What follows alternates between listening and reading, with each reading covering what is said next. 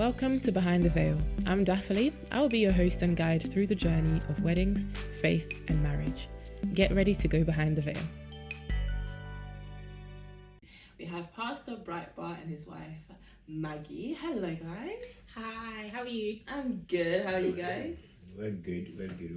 It's nice to have you on today. Thank you for having us. Yeah.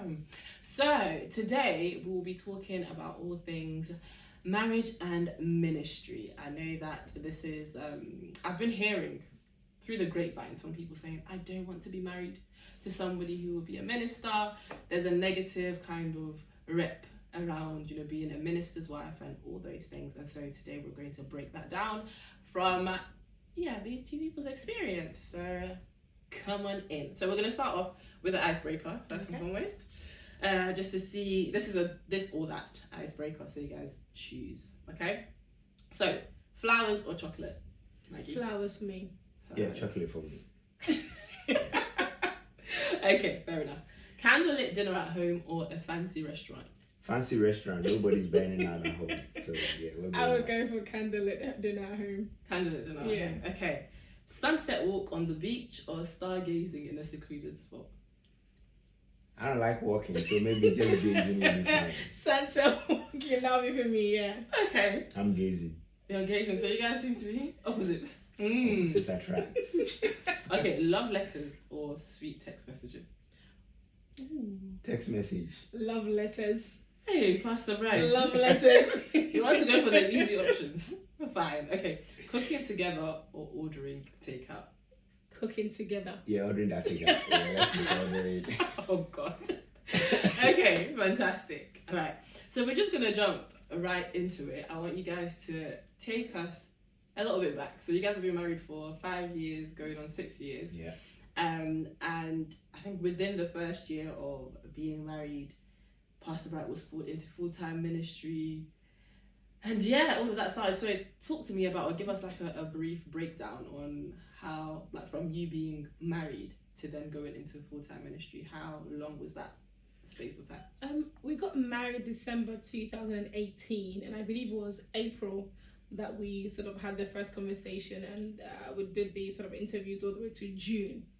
And then we came into ministry, I believe it was September, October time. So it was basically less than a year, or within that year of marriage, ministry was knocking on our door. Okay. So, Pastor Bright, can you share a bit about that journey into ministry and marriage? So, having been married for less than a year and then being called into ministry, what were your thoughts? Did you always know that you were going to be called into ministry? Yeah, I knew I was going to go into ministry, and we had touched on it. But I think the timeline was what rocked us. So as Maggie rightly mentioned, we got married in December, and then I think the first phone call about ministry came in March. And then it was a pretty interesting time in our life and in our marriage. So you can imagine, just December, January, February, March, you hear that phone call that, we're thinking of putting your name forward for ministry and all that. And so think about it, deliberate about it as a family.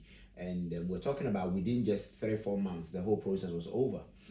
So by June, I received that, what we call in our church circular to the whole church that at that time, Elder Bright is going into ministry. So if you have any reservations or if you think he's not right for ministry, you can raise concerns and all that. So that came in June.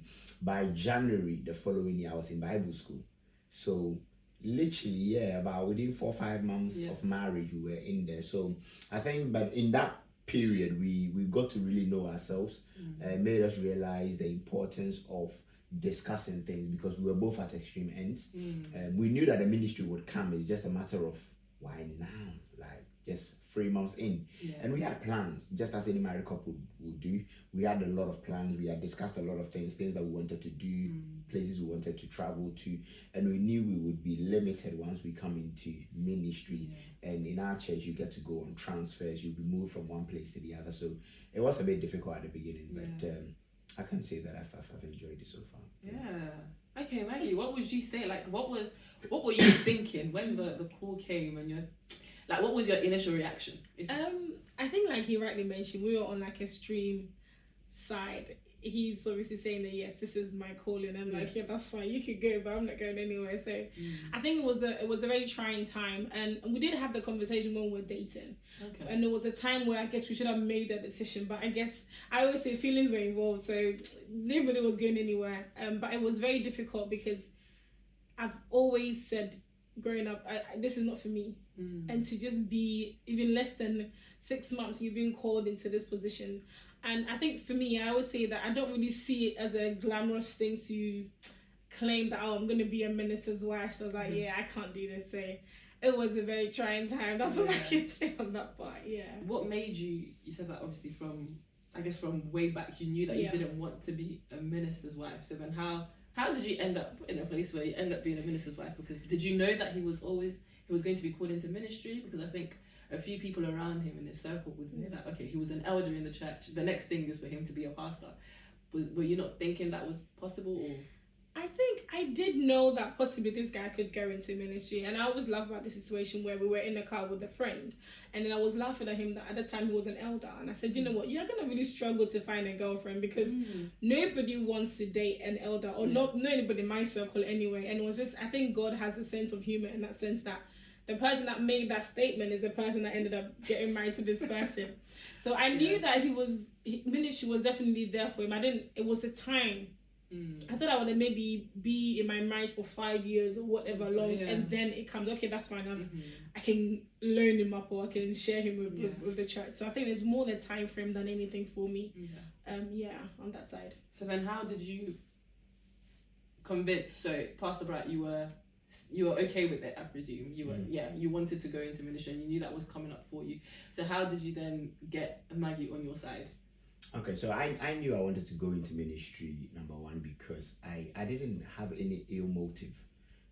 Different people go into ministry with different mentalities, whether it's some people go in, and this is not to be disrespectful to anyone, but some people go in because they just feel that this is the only option for me. I don't really want to be going to the 9 to 5 and everything. I had a very good job, if I'm being very honest. I was working for the Department of Work and Pensions as a learning and development manager, and I was very happy with that. I was a pencil leader, so I was okay. I was doing what I thought I could do for God at that time. I was really enjoying it. But also when ministry came, I think the final straw in terms of our conversation, aside from the fathers coming in to advise us, was that our life belongs to God anyway. I think that was one of the final conversations that I remember, that our life belongs to God. So if God says that today he's calling us in terms of death, we would go anyway. You wouldn't have a choice. So if God is saying that he's calling us to come and work for him full time, for me it's a privilege and it's an honor. So our life belongs to him. So that's how you convinced Maggie. I don't know if it was to convince her, but just to draw her attention to the fact that our life belongs to him. So if he's calling us to it, So Maggie, when you went into then full-time ministry, were you still having reservations? Or I still have them every single day. Okay. I still have them every single day. I think it was this pedestal that people will put you in, and these expectations of you being a minister's wife. And I think I would say until the day Jesus comes, we're as Christians, we have one pedestal. Yes, my responsibilities are different, but the pedestal is different and is the same. I still have it every single day because I'm human. I still have every single day because I'm also a Christian growing. So I think, like when you were saying that, obviously you told me about our life belongs to God. I hear it. I heard it at the time. It wasn't doing it for me at the time. If I'm being real in this conversation, just because it's like, I know my life belongs to God, but God can find other avenues that I can still belong to him and not necessarily in the space of a minister's wife. The conversations were numerous. I think one of the things that he said is like, you trust me to be the father of this house. You trust me to be your head. Why can you trust me to lead? And I think that was one of the conversations. I was like, okay, let's go and think about it.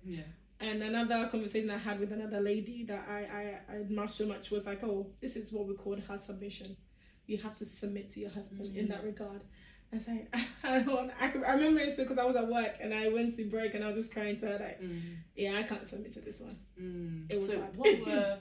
What were your reservations in regards to being a minister's wife? I think you mentioned something about the way people would view the story, people's thoughts on you. What were some of the other reservations? Why would you not want to be a minister's wife? I guess I feel like I didn't really see a role model when I was in my time anyway. Now is very different. I didn't see anybody that modeled it really, really well for me. Like I can have my career, I can have my children, I can have the business, I can be a minister. But I don't think I personally saw anything or saw. And I didn't like the idea of moving around all the time because my childhood had involved that part of me moving from place to place. So I didn't really want to do that personally for myself and also my future kids.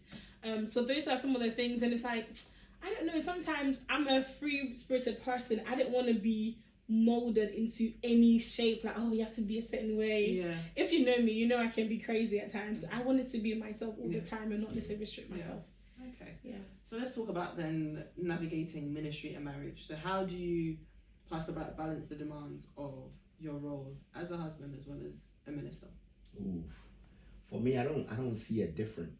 The reason why I don't see a difference, that's right, Maggie rightly mentioned, and that is that if our life belongs to him and the pedestal is that we are Christians, then the demand is the same.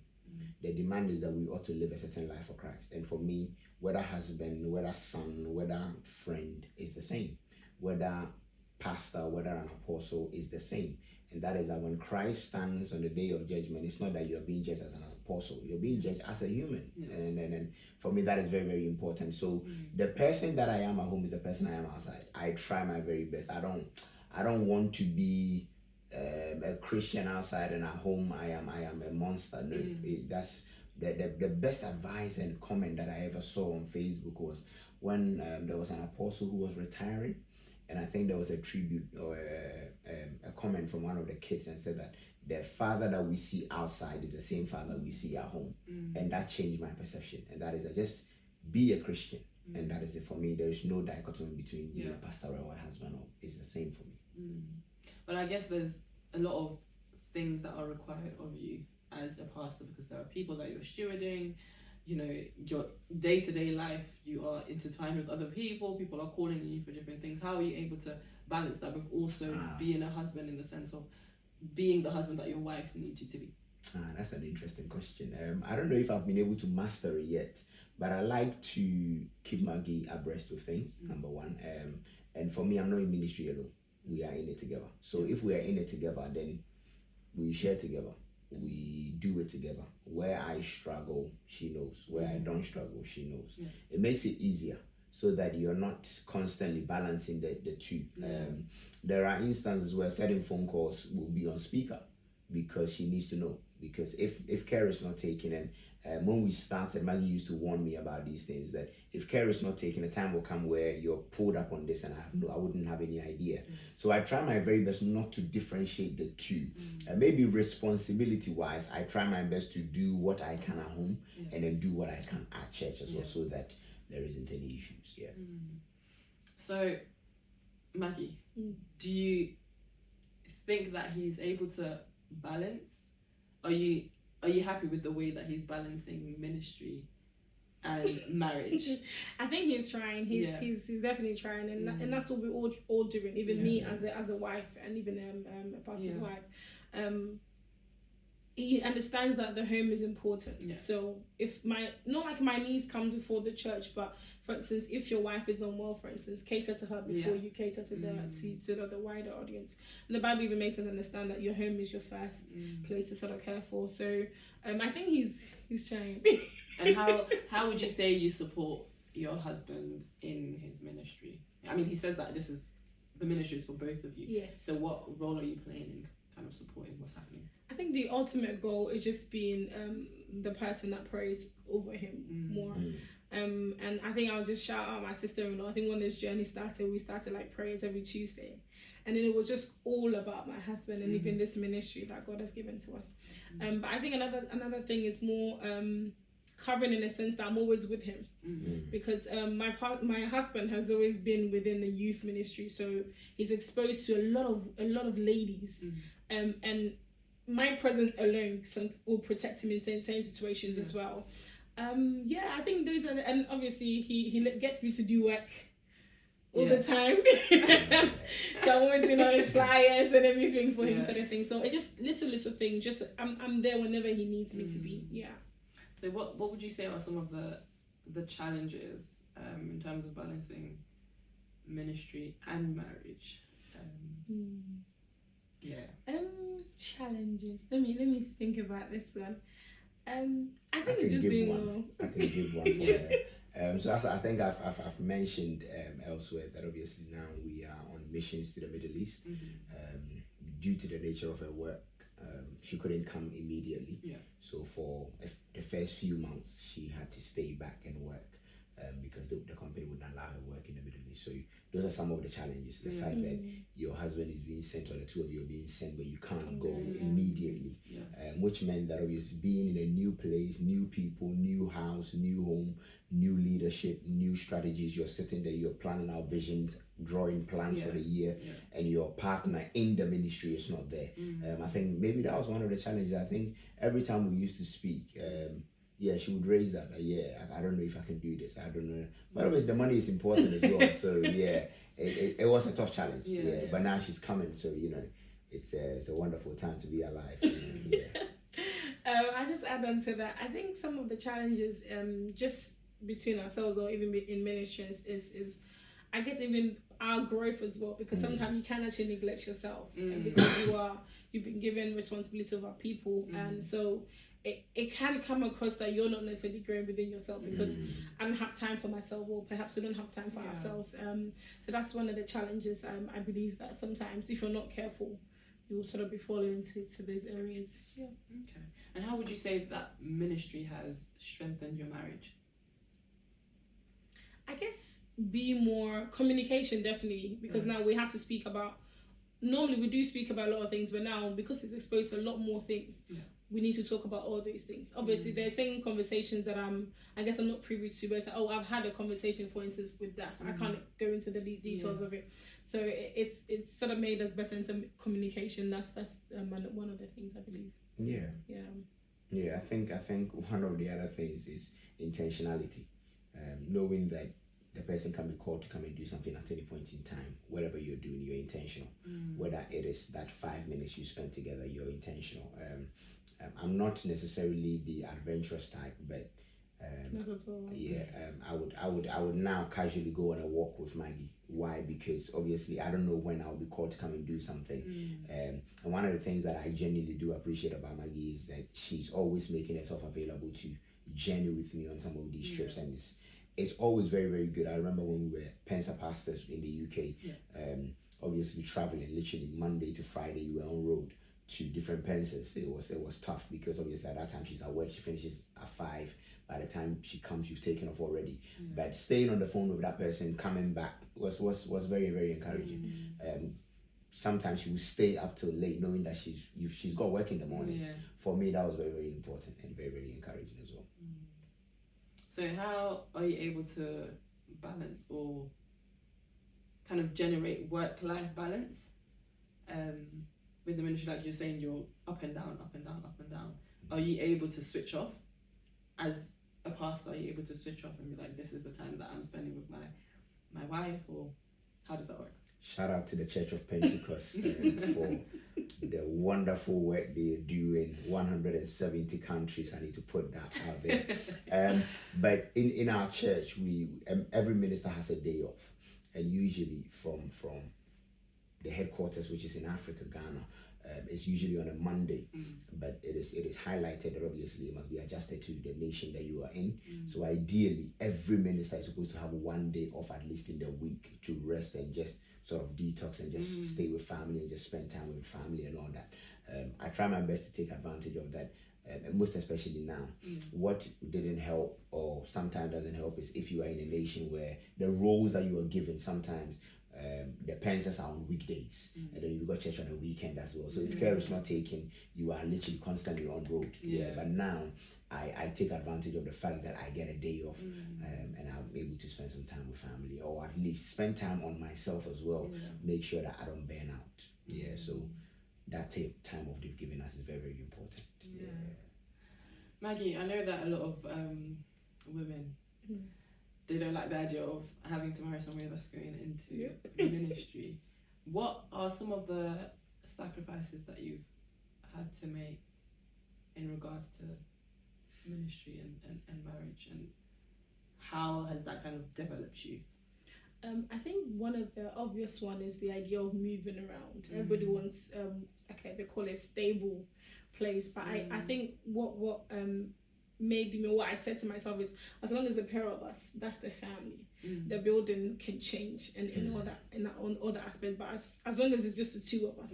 So in this situation where he's a mission, we're both missionaries, he's on that side, and obviously the family structure is basically missing in a way. So having both of us, wherever we go, we're together. That settles me.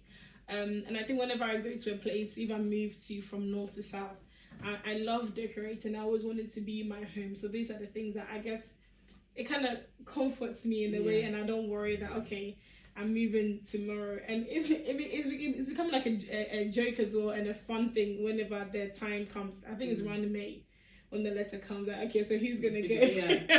It's become a bit of a game for us, and I think because like my husband Bradley mentioned, our life belongs to God. Wherever He wants to send us, we will basically go. So maybe having that in mind helps as well.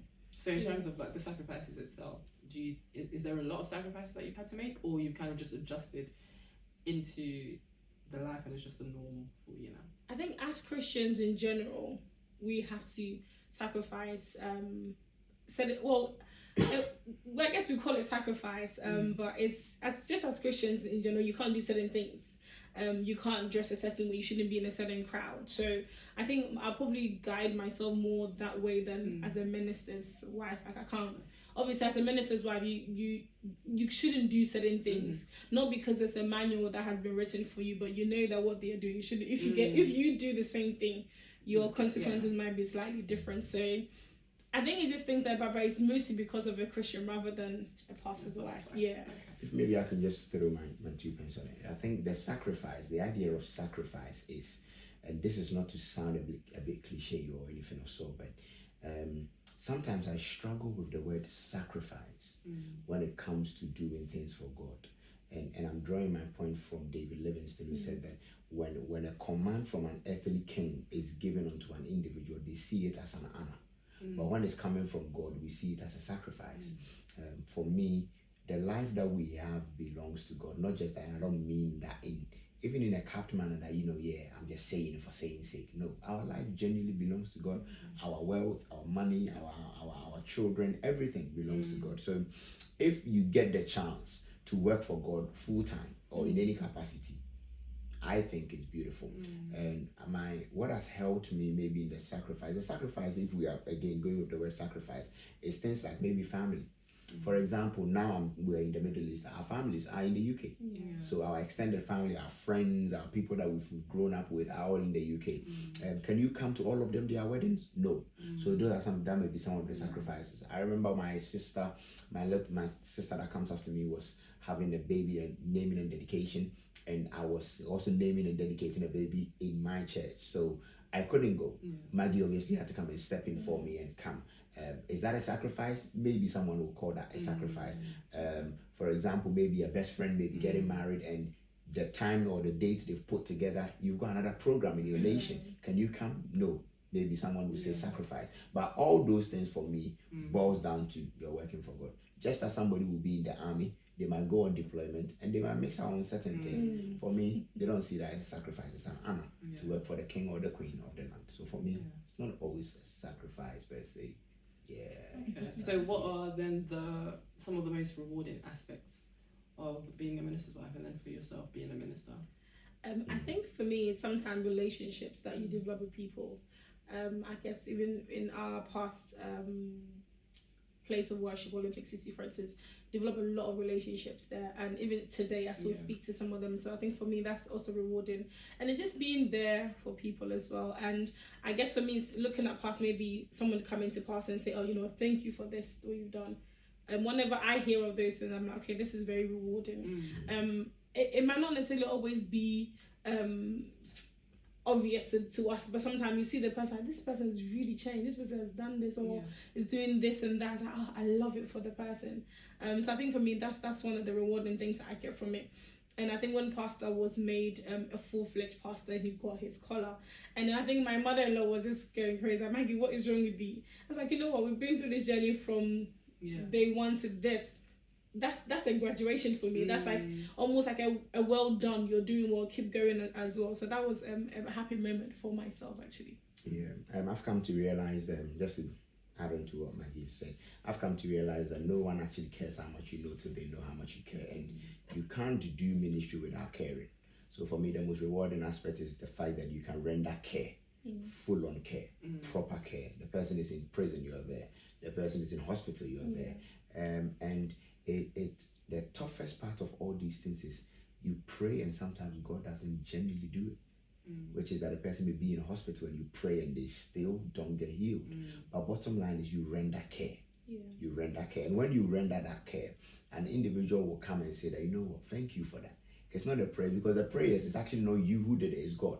But the care is coming from you. So for me, the care and the response from the caring is very, very important. So for me, that is the most rewarding part. When you see someone say that, thank you for this. The other aspects, obviously, when you have preach the word and there's transformation, and you can see somebody whose life was going downhill, and then there's a turnaround, and then they stand somewhere and say that, oh my God, I met this man, pastor, or this wife called Pastor Bright or Maggie, and one message that he preached and this, or one message that she said, and then it changed my life, and you're like, oh, I remember that day. Yeah. So those things, those two are very, very important. I think they're I think I'm gonna backtrack a little bit. Okay. Maggie, you said at the beginning that one of the things that you were kind of reserved about becoming a minister's wife was kind of maybe losing yourself a little bit, and then kind of trying to figure out whether you'd be able to do your career, have all the things that you wanted to have. Do you still feel that way, or has that changed? Do you feel like you're able to do all the things that you want to do while still being a minister's wife? I think I've made it my mission to do so. I coined it, I want to have it all. I've made it my mission to be a career woman. I want to be present for my husband's ministry as well as my own. So I think it's something I'm constantly working on. So being a career woman may not necessarily be a 9 to 5, but it could be me working on my own projects and stuff like that. So just so that somebody else can see, another young person that was probably in my position, like, this is not for me. I can maybe perhaps, you can have it all, girl, kind of thing. That's my mind on that one. And Pastor, do you think that you being in ministry doesn't hinder her from doing all the things that she wants to do, or is there some things that she might not be able to do because she is a pastor's wife? Answer wisely. I think Maggie surprises me in the sense that she's actually going for it. Going for it in the sense that sometimes I am more like, you've done enough. Kind of thing, and she keeps going. At some point she was doing the 9 to 5, and then also she was taking her courses, because obviously this move has come, we're going on missions, we never know when we're going to be back. I need to upgrade myself so that at least I can move down and still have something going and all that, so that our plans and our dreams and our aspirations, we need to think about our pension, and we need to do this, we need to do that. And she's doing all of that. But then again as well, she's still doing the ministry part. And I think for me, that is what surprises me, because for me, it's all about the ministry. But for Maggie, she's doing both. So if someone was to actually ask, who is the full-time minister? It's actually Maggie. And a lot of the times we take the credit. People see, oh, you're the pastor, and then they will refer to her, oh, the pastor's wife.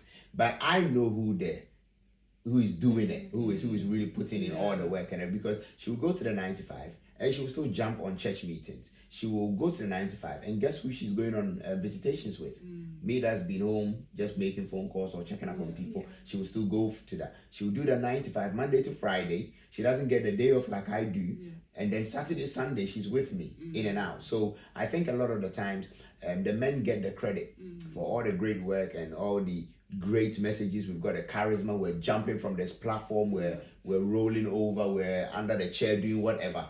But the people that are really behind, really pushing us, encouraging us to keep going, it's actually our wives. So for me, I don't think ministry has hindered Maggie. I think if anything, it has exposed her strength, that actually you can do it. And this personal mission that she's on, I think is a very good mission, in the sense that other people will see and say that actually the fear that I have in my heart that if I come, I'll lose myself. I'm seeing Maggie, and she's still working, she's still doing. There were other people that were doing it as well, and obviously I know that she's tapped from there. She's spoken to some of them, and she's gained some wisdom from that aspect as well. So it's not just even about her. It's about the generations that will come later and say that actually I can still work and still back my husband and us both do ministry. I think when you look at ministers in the Americas and other things, they've done it. They are writing books, they're doing podcasts, they're entrepreneurs and all those things. I think we can combine everything that we want to. But obviously we're taking a bit as they come along. So I don't think it's limited, Maggie. I think if anything, the strength has been exposed even more. So for those that are saying, I don't want to be a minister's wife because I'm going to lose myself, all these sacrifices, they can still have the things that they are praying for because they are an individual, as well as when they come together, they also have a mission together. Absolutely. That's good to hear. So Pastor Bright, what advice would you give to those who are in ministry, I guess men who are in ministry and are trying to balance being a husband and a minister at the same time? Genesis chapter 18 verses 19, one of my favorite scriptures, talks about the fact that God was talking about Abraham, and he said that I have chosen Abraham because I know that he will bring his children and his household up in the fear of the Lord. Our number one ministry is our family. If you fail in your family, you fail the pulpit. Yeah, sometimes we give more attention to the pulpit and we don't look at the family. So in the Church of Pentecost, what we call our pillars, what are our tenets, one of the core ones is marriage and family life. Now, marriage and family life basically means that your ministry starts at home. Even before you become a pastor, an elder, a deacon, whatever, your number one ministry is at the home, your wife, your children, and all those things. So I would say pay attention to your wife, your husband, your wife, your children, your people in your household, and render ministry unto them. And then it will translate to the pulpit. A lot of the times we hear of ministers' wives, ministers' children, A, B, and C. And obviously there are different factors involved in all that. And obviously we don't shun anyone, we don't throw shade to anyone or anything of sort. But bottom line is that the family is the first ministry that God has given you. So for my brothers that are coming into ministry, I would say that come in, let's work. But bottom line is that start from home. Start from home in the sense that deal with the anxiety that your wife may have coming into ministry. And I love it because sometimes somebody will call Maggie and be like, oh, so what do you think my wife should do in this situation? And I'm like, that's interesting. Because you had the same questions when you were coming in, and now somebody thinks that you can give it an advice. For my brothers, come in, be yourself. Don't come in and begin to act like you're deputy Jesus. Just come in and just do ministry. Ministry is beautiful, but it's beautiful when you are yourself. Paul came in and Paul never changed. Paul was himself. But it doesn't mean that come in and be disrespectful. Just come in, do ministry, render service. Because ministry is all about service. But I don't think you should be nervous. I don't think you should be worried. I don't think you should be pressured into anything. I don't think you should worry about how your kids are going to turn out. What do people think or not? Don't worry about that. You do God's bidding. God will take care of the rest. And Maggie, what would your advice be to those who are like, I don't want to be a minister's wife, I can't do it? I think first of all, it's not as bad as maybe perhaps we see from the outside. But just to touch on the point that just being yourself, like, because I think a lot of time we're thinking, okay, as soon as I come here, I have to change the way I dress, change the way I do things. I'm a girl that don't wear makeup. I'm not gonna wear makeup because I'm a pastor's wife. If I feel like I want to, then I will do so. So I think for a girl out there that wants to or is still afraid, as long as you know your partner, the calling of the Lord is upon the person, just trust God in that sense. And connect yourselves with people. I'm thankful and grateful to people like Auntie Grace. Like, she was always there. Until today, we will be ranting on the phone. Surround yourself with people that can give you godly counsel. And just come in just as you are. Like, if you see me on road, if you see me on the street, I am still Maggie. And yeah, just be yourself. Yeah. That's what I can say now. Great. On that note, that will be it. Thank you so much for shedding light on Thank you for this having topic. us. Yeah, it's lovely to have you. Thank you so much for having us. Visit us in the Middle East. Yes, Reach please. out. I'll let you know where I am. You can come through beautiful weather, beautiful beach, beautiful hotels. Come through. Fantastic. Take care. Thanks for tuning in. If you enjoyed today's episode, please subscribe and also stay connected with us on social media. Until next time, stay tuned for more glimpses behind the veil.